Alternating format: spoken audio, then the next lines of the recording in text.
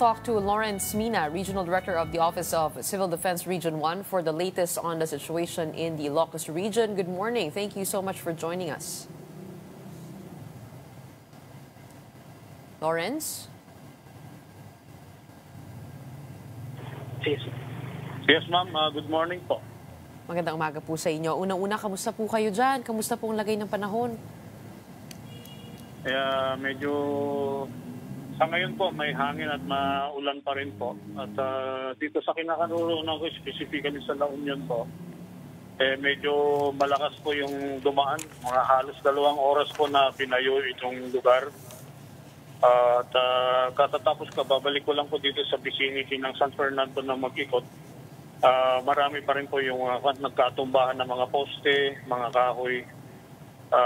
Yun po yung sitwasyon ngayon dito. Kailangan po namin mag-clearing. Doon nasabihan naman na po natin yung ating mga SRR units na magtulungan at ang ating DPWS din para sa clearing operations po. Anong oras po yun nangyari? Dito ma'am sa kinaroroonan ko, mga bandang 2:00 po ng madaling araw na, inabot po ito ng almost 4 o'clock in the morning yung pagbayo. Now yung report naman ng Pangasinan kagabi, it was 10:45 sa Agno.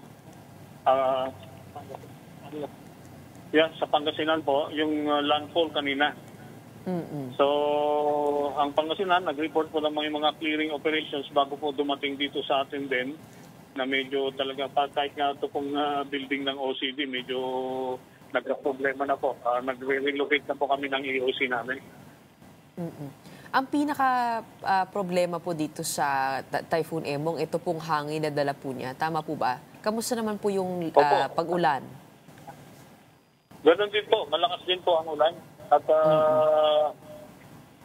ganun din yung, lalo na yung hangin nga po. Kasi if I am to describe yung hangin, parang dinaanan po kami ng ipo-ipo at talagang napakalakas.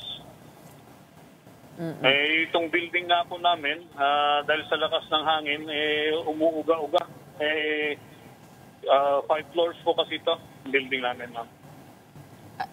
Sa inyong monitoring, nasa na po kaya yung Typhoon Emong sa ngayon? Sa ngayon po, nasa Ilocos Sur na area po.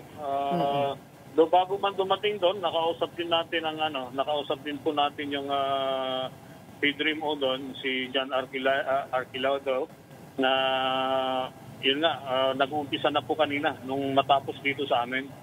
At may mga clearing operations na nga sila actually.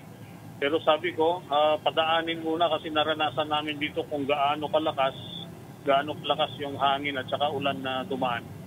So baka para safe naman yung mga responders natin, magpunta muna sa safe area ako at iba talaga yung dating kaya niyang ilipad ng tao po sa lakas ng hangin. Okay. Lawrence, dahil ito ay nasa may Ilocos Sur na, kumbaga parang nasa inland na siya, wala na ba yung banta ng storm surge? Kasi galing ito sa dagat, tapos pa-U-turn siya Ma'am, hindi po magbabago yan. Yun po yung report ng DUSC Pag-asa. At ini-expect natin sa mga nasa 3 to 4 meters po ang taas ng alon na ini-expect o kaya kung magkaroon man ng storm surge, napapasok as makakapekto sa mga areas na ma-inundate niya po. Paano po tayo naghanda para doon? Ma'am, mayroon po kami talagang dissemination information drive na ginawa kung ano yung mga dapat gawin ng ating mga kababayan. Ready naman po talaga tayo. Only that, hindi lang natin talaga in-expect kung gaano to kalakas, gaano to kataas, kung ano man, kung magkakaroon man. Pero alam po nila yung gagawin nila. In-evacuate na po natin yung mga nasa coastal areas. Mandatory na po ba? Yes, ma'am. Nagkaroon po tayo ng issuance ng memorandum regarding this matter para implement ng mga LGUs at saka mga local disaster risk reduction and management offices dyan sa lugar. Dito lalo na sa mga coastal areas na gumawa na po ng evacuation effort. Invite muna natin initially. That was 2 days ago. So dahil doon po dyan, nagkaroon po ng mga preemptive na rin na evacuation yung mga LGUs. Kaya po nagkaroon po ng mga tao sa ating mga evacuation areas po. Mandatory po ito? Yes, ma'am. Ang sabi namin, preemptive kung hindi man i-mandatory na natin before man dumating ang bagyo po. Oo. Sa ngayon, ilan po ang namomonitor po natin na pamilya na nasa evacuation center? Sa ngayon po, as per latest situation po, report po, dito po umabot lang sa amin, kasi ma'am, may problema tayo sa COMO ngayon, yung AOC nga natin is down. Yung umabot po through our phones ay may 94 families o kaya 141 persons na preemptively evacuated last night. These numbers are currently being updated po nga dahil wala po tayong contact sa mga karamihan na mga evacuation sites po. Oho, bakit ho? Ano po, may mga nagtumbahang poste po ba? Bakit wala po tayong comms? Opo, ganun po yung nangyari. Talagang kung mapunta po kayo dito sa location ko, yung poste na nasa kataming kalsada pumunta sa kabila, yung mga ganun po. Talaga yun po yung it will take some time for a 5-minute travel to a place na gusto mo puntahan. It will take you something like 30 minutes dahil saka iiwas po. Kamusta naman ho ang kuryente at saka supply ng tubig? Sa ngayon po, wala pa rin pong kuryente dito sa La Union, then sa Pangasinan, some in Ilocos Sur, and ang Ilocos Norte, wala pong report na. Oh, buti na kukontak niya pa po kami. Ma'am, data po ma'am, ang gamit-gamit ko, yung data ko po sa Globe. Okay naman, okay naman. Okay, what kind of assistance do you need over there as of now for the evacuees?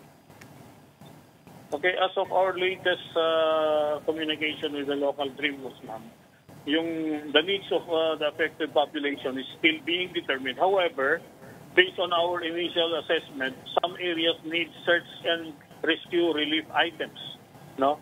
Then clearing of debris din coming from yung help ng ating DPWH and some from our SRR units din po na nagtumbahan nga po.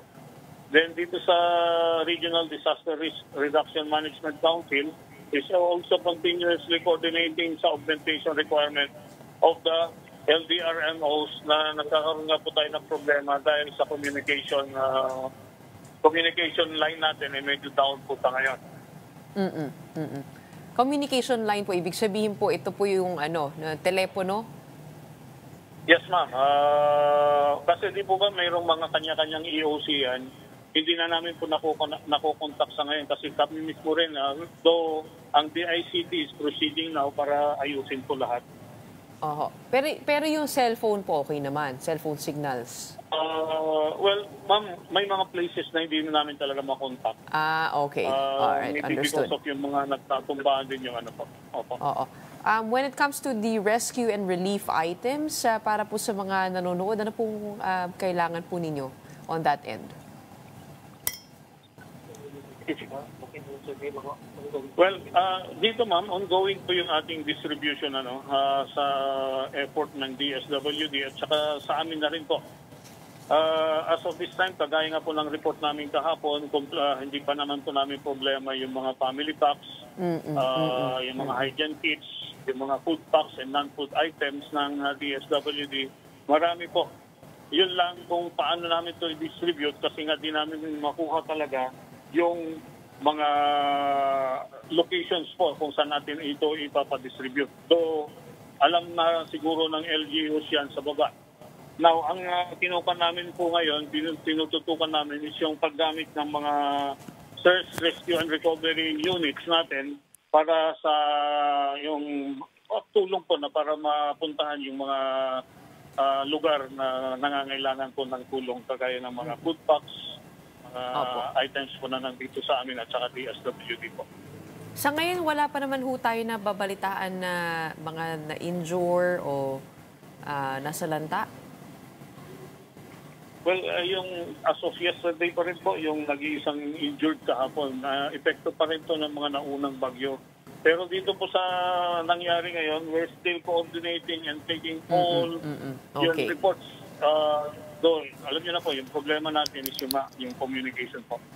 So, yan po ang dapat ma-actionan agad-agad. Hopefully, we can help your team through this show na maiparating po yung impormasyon na po yan. But tama po kayo, no?